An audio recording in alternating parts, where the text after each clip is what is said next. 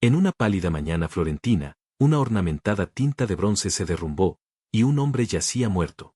Un paquete de letras, atadas con cinta verde, susurraba un nombre lo suficientemente fuerte como para arruinar vidas. Poirot pronto aprendería que ese orden perfecto, a menudo, oculta las pasiones más peligrosas.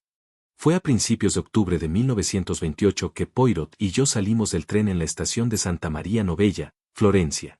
Un pálido sol de otoño brillaba sobre la ciudad, su luz difundida a través de un velo de nubes altas.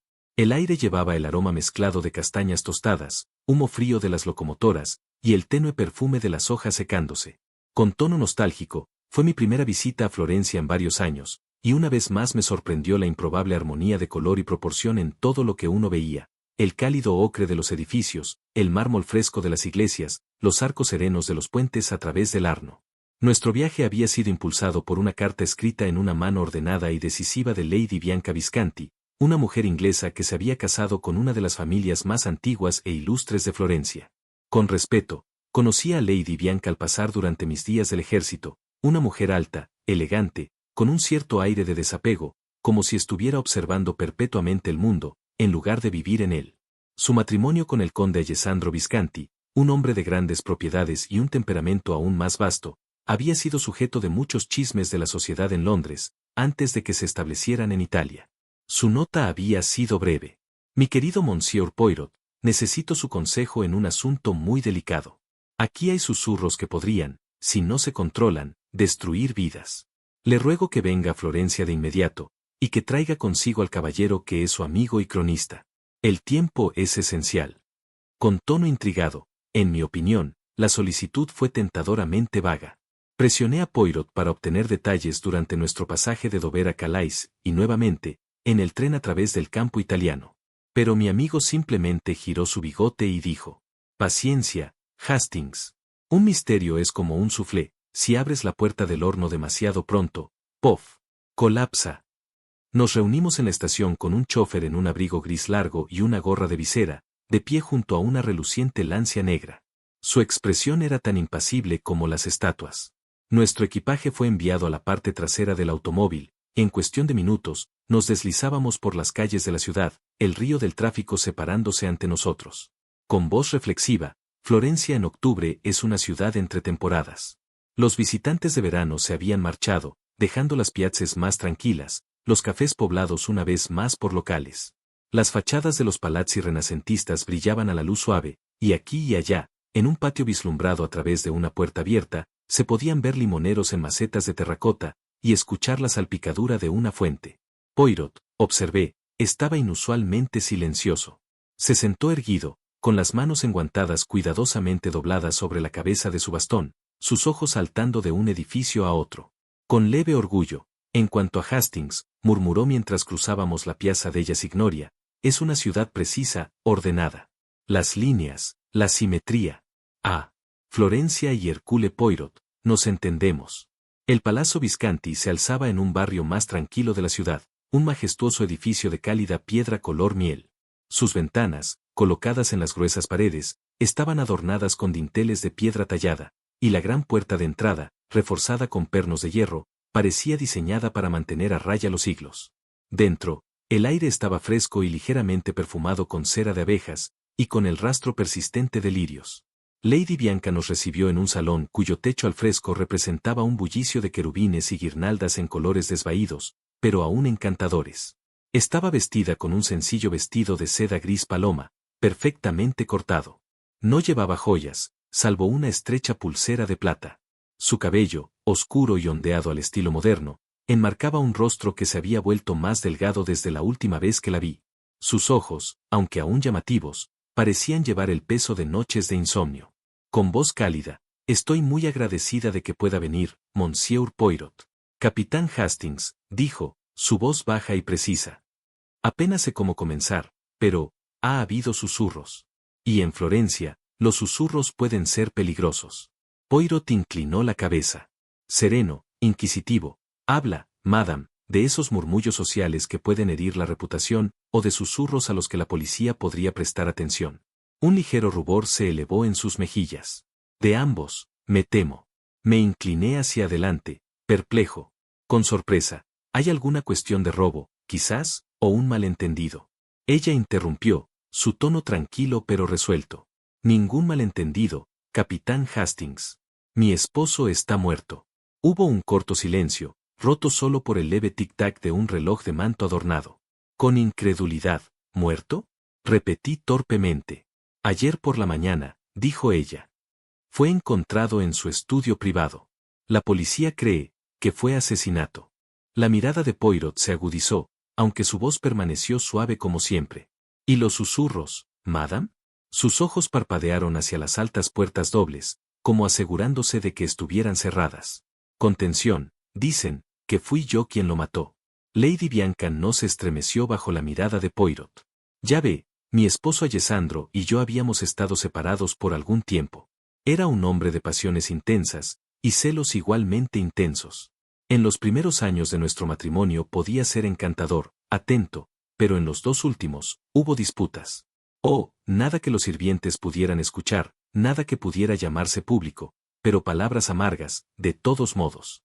Sus manos descansaban ligeramente sobre el brazo tallado de su silla, pero noté el más mínimo apriete de sus dedos mientras hablaba. Con tono incisivo, ¿separados? Provocó Poirot. Sí. Insistió en pasar gran parte de su tiempo en la villa de Rose, una propiedad en las colinas, fuera de la ciudad. Allí recibía a invitados que yo no conocía, y a algunos que no se me permitía conocer. Ella esbozó una débil sonrisa, sin humor. Alessandro tenía una idea del matrimonio que, quizá, era más común en el siglo XVI que en el XX. Una esposa debía ser un adorno en público, silenciosa en asuntos del corazón, e infinitamente paciente en privado. Con suavidad. ¿Y ayer por la mañana? Preguntó Poirot. Ella respiró hondo. Regresó al palacio hace 2 noches, inesperadamente. Había estado en la ópera con amigos y, cuando llegué a casa, lo encontré en su estudio. Intercambiamos apenas unas palabras. A la mañana siguiente, salí a cabalgar temprano con mi prima, la señorina Teresa Bardi. Cuando regresé, la policía estaba aquí. Pero él, estaba muerto.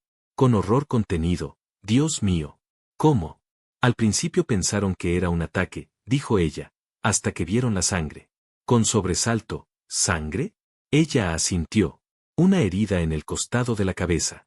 El forense cree que fue golpeado una sola vez, con considerable fuerza.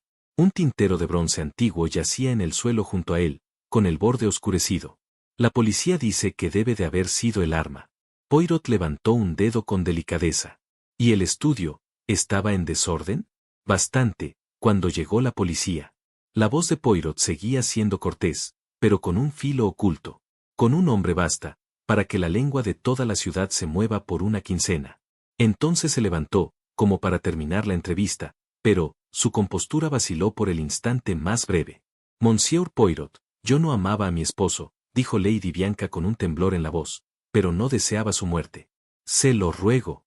Ayúdeme a probarlo. Poirot se levantó e hizo un ligero arco.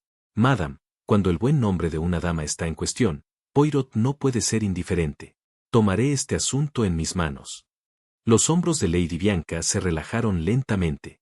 ¿Hablará con la policía? A su debido tiempo, respondió Poirot con calma. Primero debo hablar con el valet que encontró el cuerpo, y con quienes vieron al conde por última vez. Me ayudará asegurando que el hogar permanezca, como se dice, intacto. Nadie se va, nadie llega.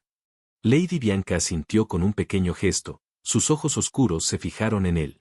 Cuando nos retiramos con su permiso, no pude evitar preguntar. ¿Entonces cree que ella es inocente? Poirot sonrió débilmente. Mon ami, no creo nada todavía.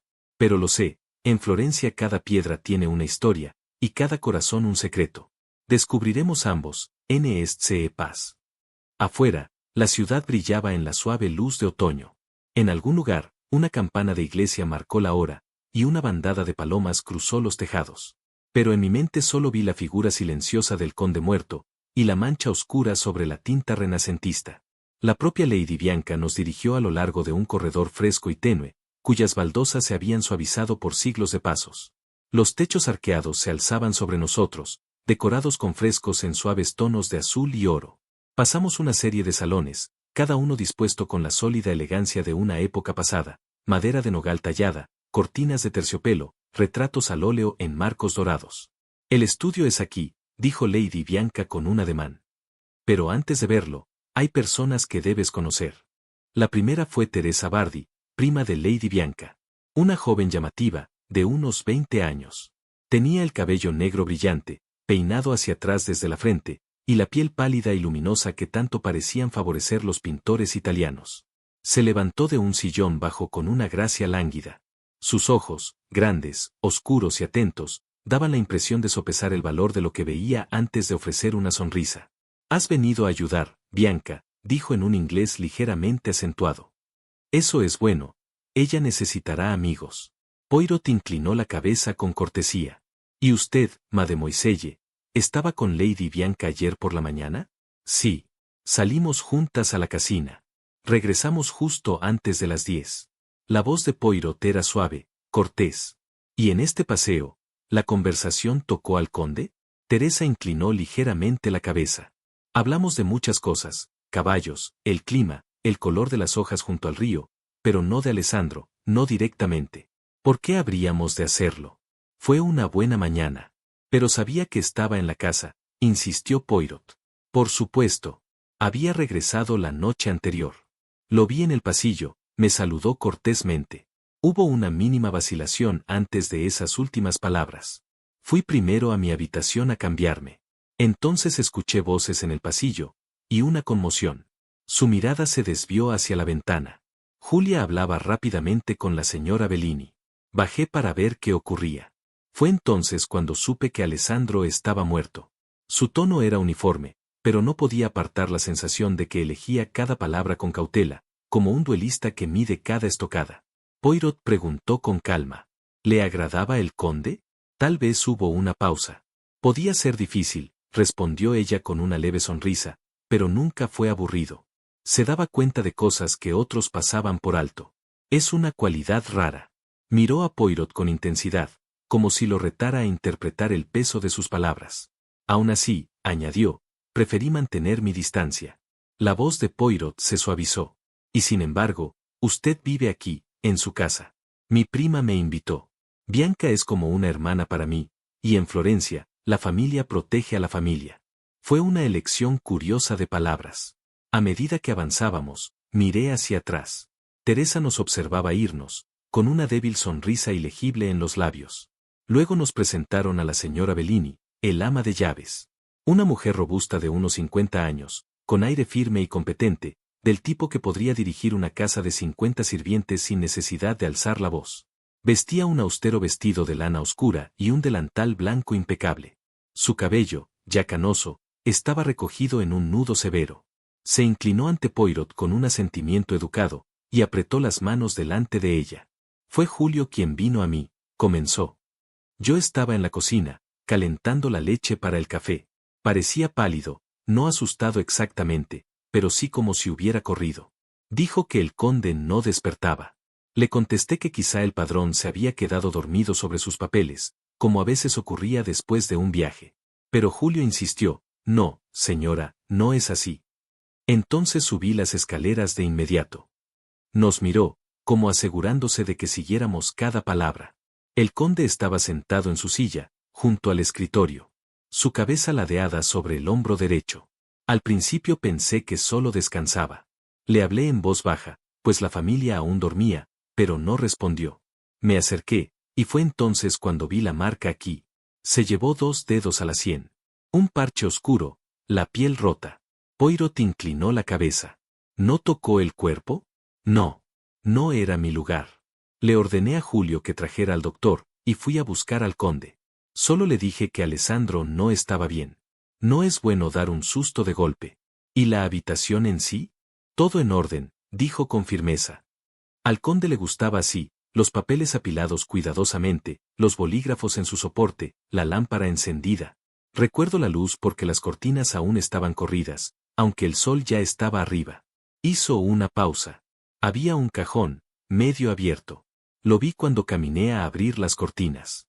Pensé que el conde había estado trabajando en él. Allí guardaba de todo, cera de sellar, sellos, sus gafas. Los ojos de Poirot se estrecharon apenas. ¿Nada más le pareció inusual? No entonces. Pero más tarde, cuando llegó la policía, pensé que era extraño que su reloj estuviera en el cajón. El conde siempre lo llevaba por las mañanas, incluso si no salía. El bigote de Poirot pareció contraerse. ¿Cuánto tiempo lleva usted en esta casa, señora? 17 años.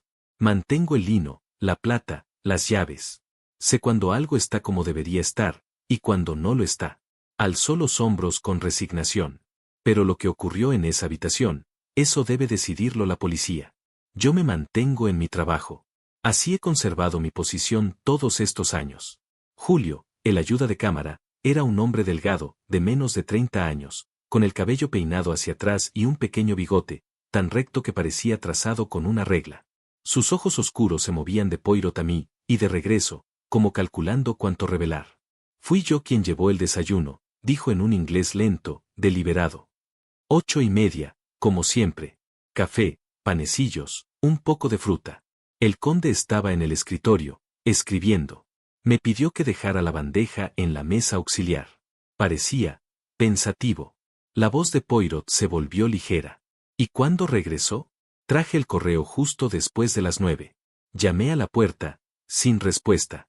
Pensé que quizá estaba leyendo, así que entré. Respiró hondo. Todavía estaba en la silla, con la cabeza caída, como si durmiera. Lo llamé, pero nada. Me acerqué, y entonces vi. Julio se llevó un dedo a la sien, la marca, y la mancha de tinta en el suelo. Lo supe de inmediato. ¿Fue a buscar al médico? Preguntó Poirot. Fui primero a la condesa, respondió Julio con rapidez. Ella es la dueña de la casa. Debía ser informada antes que nadie. Me resultó curioso. Teresa había dicho que Julio había dado la noticia directamente a Lady Bianca, pero la señora Bellini había insistido en que fue ella quien lo hizo. Poirot, con fingida indiferencia, inquirió. ¿No habló con la señora Bellini? Julio dudó. La pasé de largo. Sí, quizá le dije algo. Pero pensé que era mejor que la condesa lo supiera enseguida. Ella es la dama de la casa. Poirot cambió de tema con suavidad. ¿Y cómo fue el ánimo del conde en los últimos días? Los ojos de Julio parpadearon. Había regresado de la villa, de repente. Había habido disputas. El conde era un hombre que lo notaba todo, y a veces, imaginaba más. La contesa y el señor Mazzetti, el secretario, dijo Julio con un leve titubeo. Hablaban a menudo en la biblioteca, en el jardín, tal vez con demasiada frecuencia. Y la señorina Bardi, aquí, dudó, mirando hacia el corredor. Ella siempre estaba cerca del conde. En esta casa, monsieur, la cercanía puede ser tan peligrosa como la ira. ¿Y las disputas se referían a tal cercanía? Poirot provocó suavemente. Julio se encogió de hombros. Yo solo soy el valet. Escucho voces, veo caras. No pregunto qué significan. Pero, hace 2 noches, el conde fue primero a las habitaciones de la señorina, luego a las de la contesa. Después de eso, no había risa en el comedor. La mirada de Poirot descansó sobre él un momento más, pero su voz permaneció cortés. Merci, monsieur. Eso será todo por ahora. Mientras Julio se retiraba, no pude evitar sentir que sus cuidadosas respuestas habían sido diseñadas exactamente para lo contrario de tranquilizarnos. Encontramos al secretario del conde en una habitación estrecha, al otro extremo del corredor. La luz de la tarde se inclinaba a través de las ventanas altas, tiñendo el escritorio de oro.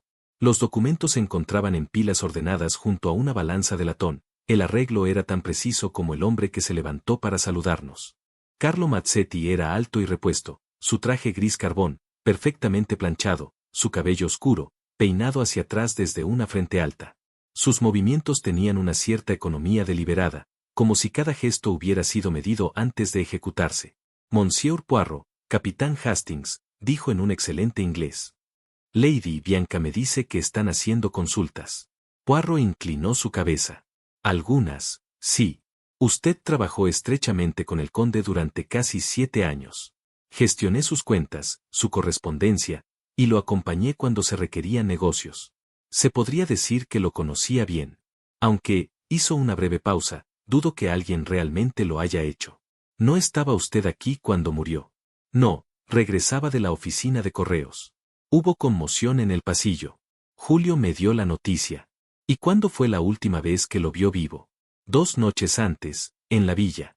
Discutimos documentos legales. Parecía distraído, irritable. Intuí que tenía la intención de regresar a Florencia al día siguiente. Lady Bianca dice que su regreso fue inesperado. Mazzetti esbozó una sonrisa ligera. Con el conde, se esperaban cambios. Valoraba su independencia. ¿Hubo disputas entre él y la contesa? La respuesta de Mazzetti fue medida. Soy su primo por matrimonio, monsieur. No es mi lugar comentar sobre asuntos privados. Y sin embargo, dijo Poirot suavemente, hablaba usted con ella a menudo. Compartíamos responsabilidades. Los asuntos del conde eran complejos, las decisiones debían tomarse en su ausencia, y el conde no aprobaba. Hubo una leve pausa. En esos últimos meses, añadió, aprobó muy poco. Su temperamento se había vuelto impredecible. Temía que pudiera causar una ruptura. Poirot lo consideró, pensativo. En la mañana de su muerte, el reloj del conde fue encontrado en el cajón de su escritorio. ¿Era eso habitual? La compostura de Mazzetti vaciló apenas. No. Lo usaba todos los días, a menos que se hubiera detenido. O, a menos que esperara una reunión privada, y no quisiera recordar la hora. Poirot no hizo comentario alguno, pero lo midió con atención. En el corredor, pregunté. Bueno, Poirot, ¿qué piensas de él? La sonrisa de mi amigo fue ilegible. Se puede aprender mucho de un hombre que mide cada sílaba, mon ami, y de los silencios entre ellas. Lady Bianca nos condujo al estudio privado del conde. Una habitación de esquina, con ventanas altas y cerradas. El aire estaba ligeramente rancio, como si hubiera permanecido clausurado desde la mañana del asesinato. Cortinas pesadas de terciopelo verde oscuro enmarcaban las ventanas, un magnífico escritorio de caoba se alzaba cuadrado en la sala, su superficie dispuesta con meticulosa precisión. El tintero, una pieza de bronce con forma de león agachado, yacía en la alfombra, cerca del escritorio. Su borde estaba oscurecido, la mancha atrapaba la luz de una manera que me hizo apartar la vista. Poirot se inclinó sobre él, cuidando de no tocarlo. La policía piensa que este es el arma. Sí, dijo Lady Bianca, inclinando la cabeza. El forense así lo creyó. El golpe fue asestado por detrás, con considerable fuerza. La mirada de Poirot recorrió lentamente el escritorio. Una pila de correspondencia cuidadosamente plegada, una pesada pluma de fuente. Se agachó ante un cajón, abierto apenas media pulgada. Madame, preguntó en voz baja, ¿fue encontrado así? Creo que sí. Señora Bellini lo notó cuando entró en la habitación. Poirot sacó su pañuelo y abrió el cajón. En el interior yacía una bandeja forrada en terciopelo, que contenía un reloj de bolsillo dorado, su cadena enrollada con perfección a su lado. Varios objetos personales ocupaban compartimentos, cera de sellar, una lupa de marfil, una pequeña caja de cuero con tarjetas de visita. Debajo de la bandeja, sin embargo, había otra cosa. Un paquete de sobres, atados con cinta verde. Poirot los levantó con infinito cuidado. Son cartas, murmuró, apenas dejándonos ver el reverso. Pero no dirigidas al conde. Las cejas de Lady Bianca se fruncieron. Nunca las había visto antes. Poirot desató la cinta y leyó en silencio la primera página. Su expresión era inescrutable. Son de naturaleza personal, dijo al fin, retirando el paquete. La firma es siempre la misma, solo una inicial. ¿Qué inicial? Pregunté. Una L, respondió suavemente, deslizándolas de nuevo bajo la bandeja. Volveremos a hablar de ellas, Hastings, pero no aquí. Abrió los otros cajones a su vez. En el de la derecha había papel de escritura, sobres y una vaina de extractos bancarios. El de la izquierda estaba lleno de facturas domésticas, llaves cuidadosamente etiquetadas y un pesado monedero de cuero. Poirot notó cada uno con la delicadeza de un joyero que evalúa piedras preciosas. Luego cruzó hacia las cortinas, corriendo un dedo enguantado a lo largo del borde. El polvo está perturbado aquí, murmuró con suavidad. Como si alguien las hubiese corrido bruscamente. Fueron abiertas cuando se encontró el cuerpo, explicó Lady Bianca, en voz baja. Poirot miró entonces la lámpara del escritorio. Y, sin embargo, la lámpara estaba encendida. Un hombre que desea luz abre sus cortinas. Un hombre que quizá no desee ser visto, las mantiene cerradas. Sus ojos barrieron la alfombra, deteniéndose en unas débiles depresiones en la pila. Una silla estuvo aquí, frente al conde. Desde entonces, ha sido colocada contra la pared. Lady Bianca parecía sorprendida. La policía no lo mencionó. Es posible que lo haya notado, replicó Poirot con calma, pero no comentado. Yo, sin embargo, observo todo. Poirot se enderezó con gravedad. Señora, no la molestaré más en esta sala por ahora. Pero hablaré de nuevo con cada persona en la casa, y comenzaré con Julio. Sus pasos desde el pasillo hasta esta puerta son de interés para mí. ¿Y por qué es eso? Pregunté, mientras salíamos. Poirot me miró con una sonrisa leve. Porque, mon ami, cuando cambia el relato de un hombre, no siempre es su memoria la que falla. A veces, es su propósito. Regresamos al salón donde Lady Bianca nos había recibido por primera vez. Poirot rechazó el café, lo cual, para él, era notable, y en su lugar tomó asiento en un lugar desde el que podía vigilar la puerta. Hastings, murmuró, hoy observarás no con tus ojos, sino con tus reacciones. Lanzaré una piedra al estanque, y vigilaré las ondas. Uno por uno, los miembros del hogar fueron convocados bajo el pretexto de aclarar pequeños detalles. Teresa Bardi llegó primero, con los ojos oscuros brillantes, inquisitivos. Mademoiselle, comenzó Poirot con tono cordial, al revisar los documentos del conde, me encontré con un asunto curioso. Parece que hubo cartas encantadoras, llenas de sentimiento, firmadas únicamente con la inicial L. Me pregunto, ¿las conoce usted? Si Teresa se sorprendió, lo ocultó con gran habilidad. Su sonrisa permaneció fija, aunque la mano apoyada sobre el brazo de su silla, se apretó, imperceptiblemente. No, respondió a la ligera. El conde tenía muchos conocidos, no podía recordarlos a todos. De hecho, murmuró Poirot. Sin embargo, estas cartas se mantenían cerca de su escritorio, debajo de la bandeja. Un lugar de valor, mademoiselle. Teresa inclinó la cabeza con calma. Tal vez eran de un comerciante, lino, encaje, cuero. Hay muchos en comercio. Poirot inclinó levemente la cabeza, y ella partió sin otra palabra. Un adorno, me dijo suavemente. Mantener esas cartas fue su elección.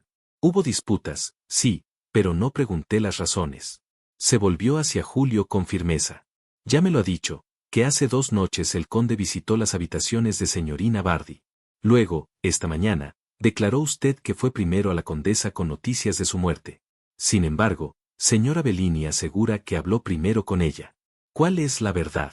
Un músculo trabajó en la mandíbula de Julio. Tal vez los vi a los dos casi a la vez. Fue un momento confuso. Poirot negó suavemente con la cabeza. Su voz no se confunde, monsieur. Su voz juega. Volvió a inclinarse hacia Massetti. ¿Podría el autor de estas cartas haber tenido algo que ver con esto? La respuesta de Massetti llegó demasiado rápido. No. Poirot dejó que el silencio se estirara, hasta que se volvió débilmente incómodo. Usted maneja la correspondencia del conde. Es curioso que estas cartas escaparan a su notificación.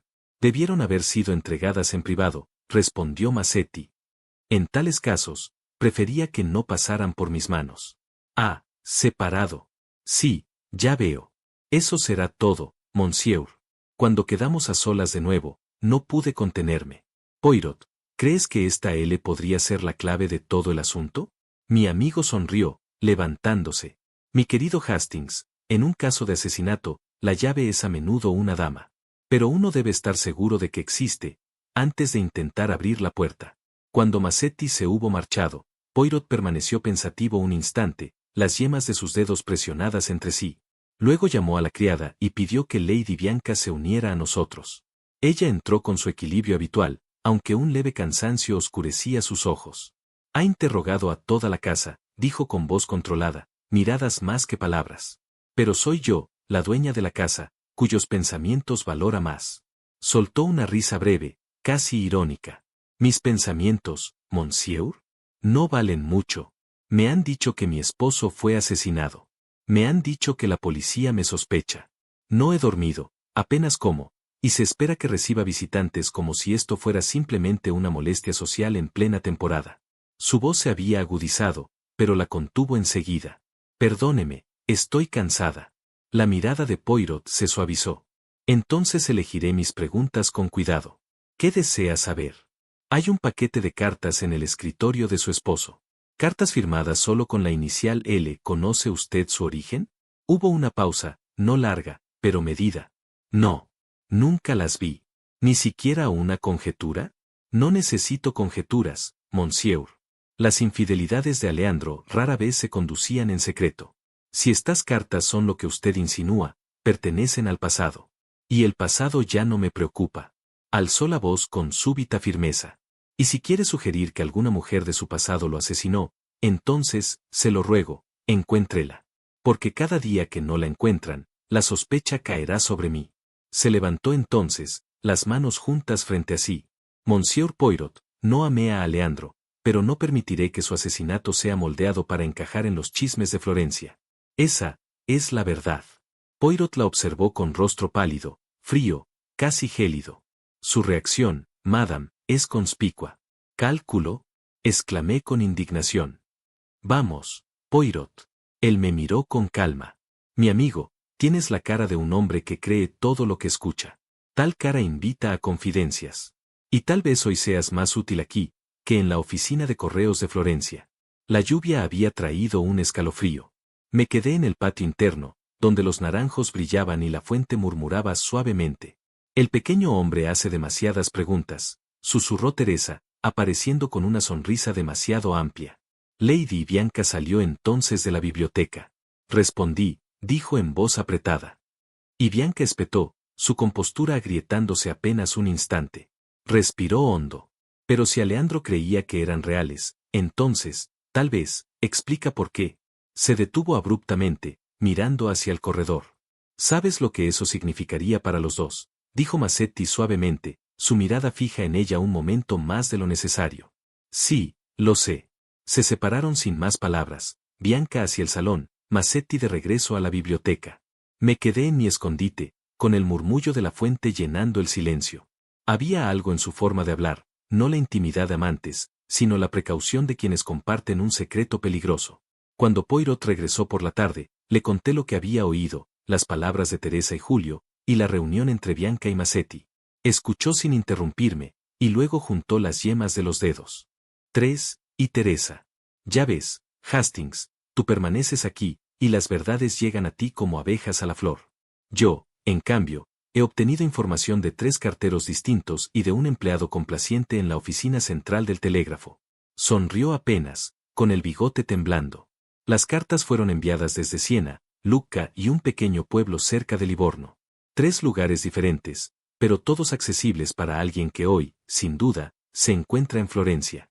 El patrón empieza a ser claro. Antes de que pudiera preguntar más, llamó a la criada. Sea tan amable de reunir a toda la casa en el salón, de inmediato. En cuestión de minutos, se reunieron Lady Bianca, Teresa, Julio, señora Bellini y Carlo Massetti. La luz de otoño se inclinaba a través de las altas ventanas, atrapando los marcos de los cuadros con un brillo dorado. Poirot se colocó ante la chimenea, el tintero de bronce en una mano y el paquete de cartas con cinta verde en la otra. Mesdames, messieurs, comenzó con solemnidad, estamos aquí para realizar una pequeña reconstrucción. Colocó una silla frente al escritorio. El conde estaba sentado así, y aquí, frente a él, se hallaba su visitante. Se intercambiaron palabras, tal vez la tensión subió. Y entonces, crack, el tintero descendió. Un golpe. La muerte. Poirot dejó caer el objeto sobre la mesa con un ruido seco, deliberado. Todos los ojos se clavaron en él. En su escritorio encontramos este paquete de cartas, atadas con cinta verde. Están firmadas solo con la inicial L. Y su autor, está en esta sala. Un estremecimiento recorrió la reunión.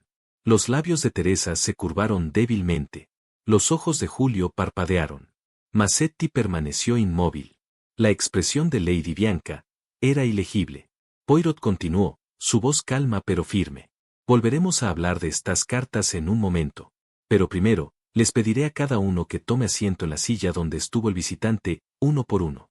Y así, como un director ordenando a su elenco, Poirot comenzó a preparar el escenario, para lo que yo presentía sería su acto final. La lluvia había aclarado el cielo hasta un azul pálido florentino cuando nos reunimos una vez más en el gran salón. Las persianas proyectaban sombras rectangulares sobre la alfombra. Poirot, impecable y tranquilo, se colocó junto al hogar, con el tintero en la repisa y el paquete de cartas sobre la mesa.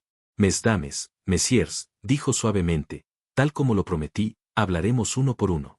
Colocó una silla en el centro. Esto, recordarán, es la silla que se movió, y luego fue empujada contra la pared. Antes de eso, estaba frente al escritorio del conde. Allí se sentó su visitante. Las cortinas estaban corridas, aunque la lámpara permanecía encendida. ¿Por qué? Porque el visitante no deseaba ser visto desde el patio. Miró alrededor de la sala con seriedad. Mademoiselle Bardi, si es tan amable. Teresa cruzó la alfombra con gracia felina y se sentó. Sus ojos oscuros se encontraron con los de Poirot, desafiantes. Usted estuvo con Lady Bianca, dijo Poirot, y regresó poco antes de las 10. Sin embargo, el ayuda de cámara trajo el desayuno a las 8, y encontró al conde reflexionando, esperando permanecer sin ser perturbado. Puso su reloj. Muy inusual, como comentó señora Bellini. Un hombre aleja su reloj cuando tiene la intención de olvidar la hora.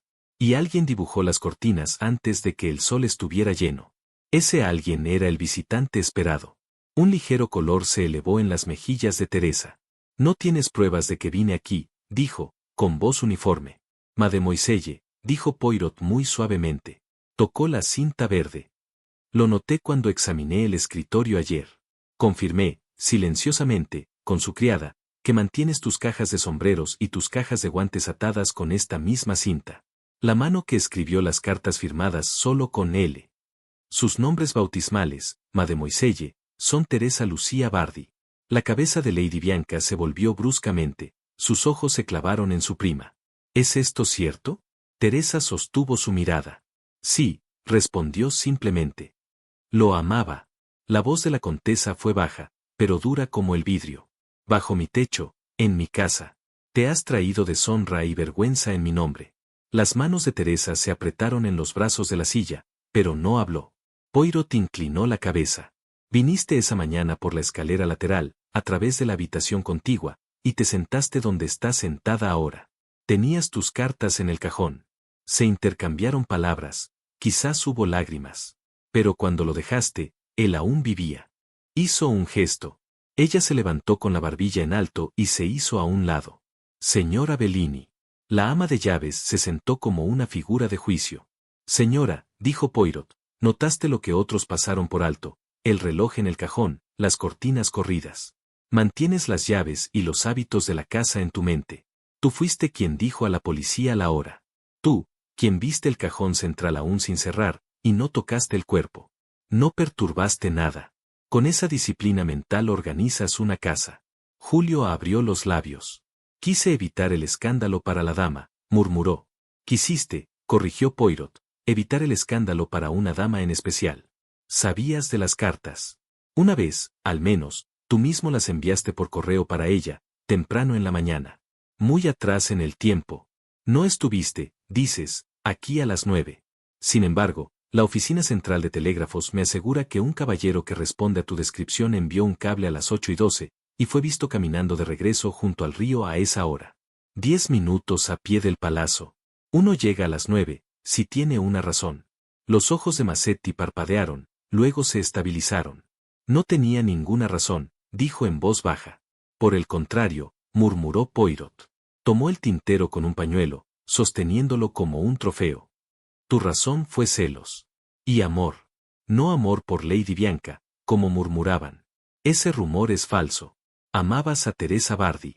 Hubo una suave, sorprendida inhalación de Teresa. La voz de Poirot no se elevó. Descubriste las cartas. Quizás no su escondite en el cajón, pero sí su existencia. Supiste, 2 noches antes, que el conde había ido primero a las habitaciones de señorita Bardi, y luego a las de su esposa. Temiste lo que haría con Teresa cuando se cansara de ella. En Italia, la reputación no es cosa menor. Fuiste esa mañana a suplicar, tal vez a amenazar, quizá a negociar. Las cortinas ya estaban corridas. Mademoiselle se había ido. El reloj estaba en el cajón, había elegido, por una vez, no ser gobernado por la hora. Te sentaste aquí. Tocó la espalda de la silla. Las palabras se volvieron insultos. Él se burló de ti. Alcanzó el cajón donde guardaba sus cartas, su trofeo. Y entonces, la mano de Poirot descendió 1 pulgada en el aire, hubo un único golpe. No, dijo Teresa de repente, baja y feroz. No. Massetti no la miró. Su mirada permanecía fija en el león de bronce. Cuando habló, su voz era estable, pero parecía venir de lejos. Él la habría arruinado. No lo conoces como nosotros. La habría exhibido hasta que toda la ciudad la hubiera mancillado, y luego la habría apagado como una vela. Le dije que lo terminara, que devolviera las cartas y la dejara libre. Él se rió. Él dijo, su boca se apretó, la palabra no llegó. Tenía el tintero en la mano. Solo quería hacerle escuchar. Un golpe, dijo Poirot, muy suavemente. Por detrás y hacia un lado, como confirmó el forense. El tintero cayó. Pusiste la silla contra la pared, corriste las cortinas más fuerte, cerraste el cajón, pero no lo dejaste como estaba. El patio podía oírse, débil, regular, como un pulso. Teresa se enderezó. Lo amaba, dijo con el fatalismo claro de su país. O pensé que lo hacía. Me hizo sentir viva, y luego asustada. Traté de terminarlo, pero fallé. Tenía un control sobre mí. Yo era débil. Eso es todo. Poirot inclinó la cabeza. Es suficiente. El inspector, que había esperado discretamente en el vestíbulo, entró con 2 hombres. Por un momento, Massetti no se movió. Luego se puso en pie, se alisó los puños como si se preparara para una cita, y se inclinó levemente ante Lady Bianca. Lo siento. El rostro de Lady Bianca estaba pálido, pero su voz no tembló. Creo, dijo en voz baja, que pensaste hacer una bondad. No era tuya para hacer. Lo llevaron sin luchar. Cuando la puerta se cerró, la habitación pareció más grande, y demasiado quieta. Encontré mi voz. Poirot, estaba seguro de que sería Teresa. Él negó con la cabeza. No, no, Hastings. Las cortinas me dijeron que una mujer había deseado no ser vista. El reloj me dijo que debía haber un encuentro del corazón. La silla me dijo que 2 se sentaron, pero el golpe único, frío, preciso y la pulcritud después, levantó las cejas. Esa era la mano de un hombre que vive por orden, un secretario, no un amante en la histeria. ¿Y las cartas? Pregunté. Sereno, reflexivo. Las cartas eran la yesca, dijo, recogiendo la cinta verde y dejando que se deslizara entre sus dedos.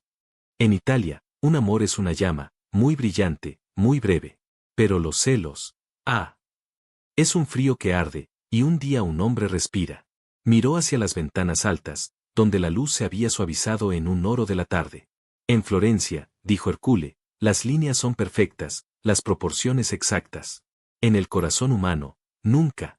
Con cierta solemnidad. Es por eso que hombres como yo encuentran empleo. Le ofreció a Lady Bianca su brazo y la llevó fuera de la habitación. Invierno en Florencia. Regresamos a Florencia nuevamente en los primeros días de febrero. Las colinas estaban espolvoreadas con nieve.